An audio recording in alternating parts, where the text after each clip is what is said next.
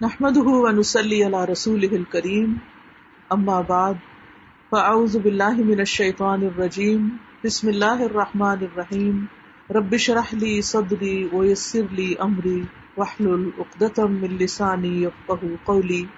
اذان کے بعد کی دعائیں۔ حضرت عبداللہ بن عمرو بن عاص رضی اللہ عنہ روایت کرتے ہیں کہ رسول اللہ صلی اللہ علیہ وسلم نے فرمایا، جب تم مؤذن کی آواز سنو تو تم مؤذن کو جواب دو، یعنی آذان کا جواب دینا لازم ہے، اور جب آذان ختم ہو جائے تو مجھ پر درود بھیجو، پس تحقیق جو مجھ پر ایک بار درود بھیجتا ہے اللہ اس پر 10 بار رحمت بھیجتا ہے۔ تو آذان کے فوراً بعد کیا کام کرنا چاہیے؟ درود شریف پڑھنا چاہیے۔ کتنی دفعہ؟ ایک دفعہ۔ کیسے؟ نماز والا۔ میں ایک دفعہ پڑھ دیتی ہوں درست تلفظ کے ساتھ، غور سے سن لیجئے۔ اللہم صلی علی محمد وعلی آل محمد کما صلیت علی ابراہیم وعلی آل ابراہیم انک حمید مجید۔ اللہم بارک علی محمد وعلی آل محمد کما بارکت علی ابراہیم وعلی آل ابراہیم انک حمید مجید۔ یا الہی رحمت بھیج محمد صلی اللہ علیہ وسلم پر اور آل محمد پر، جیسے رحمت بھیجی تو نے ابراہیم اور آل ابراہیم پر، بے شک تو تعریف کیا گیا بزرگی والا ہے۔ یا الہی برکت بھیج محمد صلی اللہ علیہ وسلم پر اور آل محمد پر، جیسے برکت بھیجی تو نے ابراہیم پر اور آل ابراہیم پر، بے شک تو تعریف کیا گیا بزرگی والا ہے۔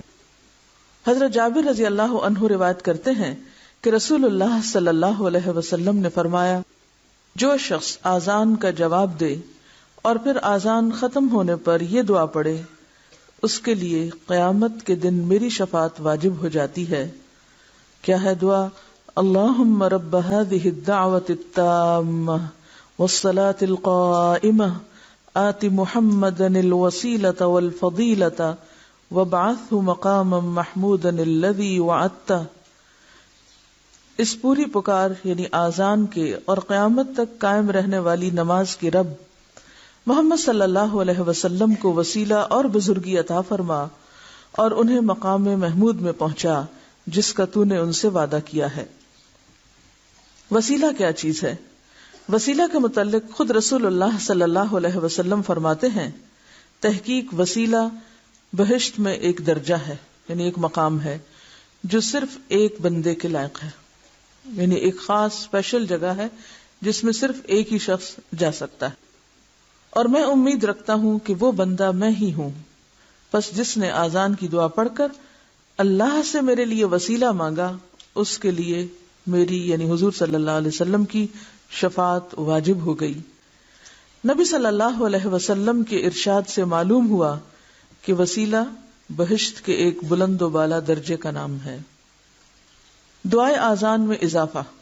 مسنون دعائے آذان میں بعض لوگوں نے چند الفاظ بڑھا رکھے ہیں اور وہ الفاظ مروجہ کتب نماز میں بھی موجود ہیں۔